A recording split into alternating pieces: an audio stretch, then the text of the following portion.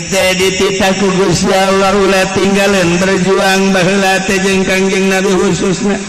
kabelah dia nama setiap perjuangan ulah tinggalan libatkeun cangredkeun diri urang jeung cangredkeun talikeun diri urang ma'as shodiqin ittaqullah sing sieun ka Allah dengan cara ninggalkeun berbagai permaksiatan anak usahakeun ku urang maksiat teh tinggalkeun berarti kan urang kudunya hobag-bagan syariatna hiji nomor kaduana cangredkeun talikeun diri urang jeung para shodiqin sebab etalah anu bakal ngalempengkeun jalan urang menuju ridho Allah subhanahu wa ta'ala ulah salah belek kumata hati saha itu anu bisa ngalempengkeun ngajak jalan lurus ka Gusti Allah tuh ditaros deui sawareh ulama teh shodiqin di akhir zaman teh anu mana shodiqin teh anu cek ucapan Kangjeng Nabi saur Kangjeng Nabi innalillahi ibadan sanyana Gusti Allah teh ngabogaan hamba anu yagbituhumullahu yaumal qiyamah dipake kabita jaga di poe kiamat teh resep amat eta teh resep amat padahal mah waktu di dunia nama cumplang campling saha eta teh jelema anu bener-bener cinta ka Allah min ghairi malin min ghairi amwalin wala nasabin lain harta jeung lain turunan hiji bae cinta Allah jelema anu kadeleuna sangat sederhana cumplang campling tetapi jadi penegar dunia anu manehanana hiji di jero hatena ngan Allah hungkul teu aya hartaan teu aya turunan teu aya kagungan teu aya nanon hiji be Allah ta eta teh shodiqin teh aman jelema anu bener-bener komo bagahan ngaji lillah komo atuh jelema bisa ngaji lillah unsur duniawi dah lamun geus kapagi ku urang kos kitu tuturkeun eta shodiqin kumu mas shodiqin ku ari hese urang babarengan jeung kiai seminggu 2 minggu sebulan 2 bulan haji bae urang kana deuk rencana ya saurana naon deuk nyieun yayasan hareudang tah di barenganan hareudang selain shodiqin teh mah aya deh henteu nyeun yayasan mah alhamdulillah cenah kiai anggo dibere ieu ngaji dibere jalan lembar ku Allah aju hayang ganti mobil dah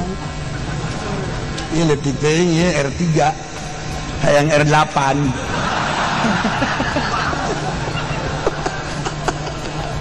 hareudang anu dibarenganan teh hareudang ya Allah ya Rabbi dudukeun can ka arah Allah tetapi pepentana nangis loba ya Allah ya Rabbi shodiqin teh hese tara pun ta penta tara ye itu dibere batu mangga henteu bae henteu jadi kebenduan nu penting ieu urang bareng ngluhurkeun agama Allah sabisa-bisa urang sakitu tawakunu ma'as shodiqin jangan di akhir zaman dititah ye hiji ittaqullah sing ka Allah dengan cara takwa ke Allah tinggalkan berbagai permaksiatan dan urang moal kebal hirup di alam dunia moal kebal jasa tiap minggu anu ngaraji ka dieu teh lamun ditampung mah meureunana terus bae Fatihah ngan kukula bae di Fatihah geus masing-masing coba teuing tah marawat ieu haji ieu kieu idin tah maot orejanan teu katarima kukula teh surat masyaallah di mana gawok kurang bacakeun Fatihah jeung ngaji di mudah-mudahan diterima amal ibadahna dihampura sakabeh dosana itu dicangkeun jeung dilegakeun di kuburanna di barokatu umil Quran Al-Fatihah. Bismillahirrahmanirrahim. Alhamdulillahirabbil alamin arrahmanir rahim maliki yaumiddin iyyaka na'budu wa iyyaka nasta'in ihdinas siratal mustaqim siratal ladzina an'amta 'alaihim ghairil maghdubi 'alaihim waladdallin. Baheula keur di dieu sok di dapur bae bareng jeung Abdul Karim Besan yang nama di dapur bebasan mabruk alhamdulillah loba naon gitu murid alhamdulillah keur di dieu di dapur bae mau masak betak okna gede dahar bae meureunnya siapa kadinya bae heran kudae kadana maksudna ya Allah ya Rabbi nah cekel kurang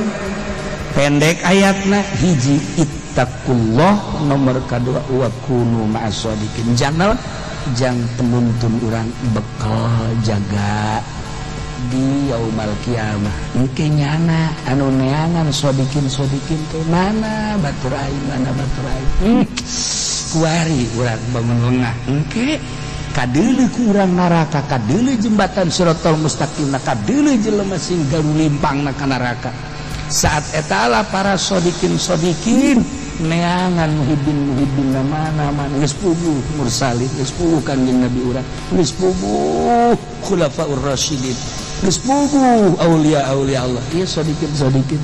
nyana neangan ka dieu kula cenah boga kasan tenang heula ge alhamdulillah dari eueuh heula di dieu sanajan ka neraka babarengan kan urang sempat semacam dikin sia mah kalau moal selamat ke tenang kan ngeunaheun urang ya Allah ya Rabbi wawasan jeung pikiran urang ulah dunia uga akhirat ya Allah saat urang engke dihisab loba kasalahan nu mantak dititah ge wa kunu ma'as-shadiqin, jelema nu bener ibadah, jelema nu bener janjina di dunia wal akhirah bi antal zamus sidqon, selalu bener bae bener eta teh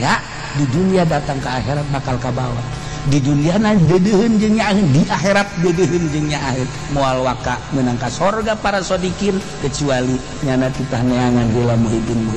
saat etalah nu dibutuhkeun ku urang. Mudah-mudahan urang gapanggih jeung para shodikin sehingga urang bisa disafaatan ku para shodikin aya dina kasalamatan jaga di yaumul kiamah. Bi barakati ummul Quran. Al-Fatihah. Bismillahirrahmanirrahim. Alhamdulillahirabbil alamin arrahmanir rahim maliki yaumiddin. Iyyaka na'budu wa iyyaka nasta'in ihdinas siratal mustaqim صراط الذين أنعمت عليهم غير المغضوب عليهم ولا الضالين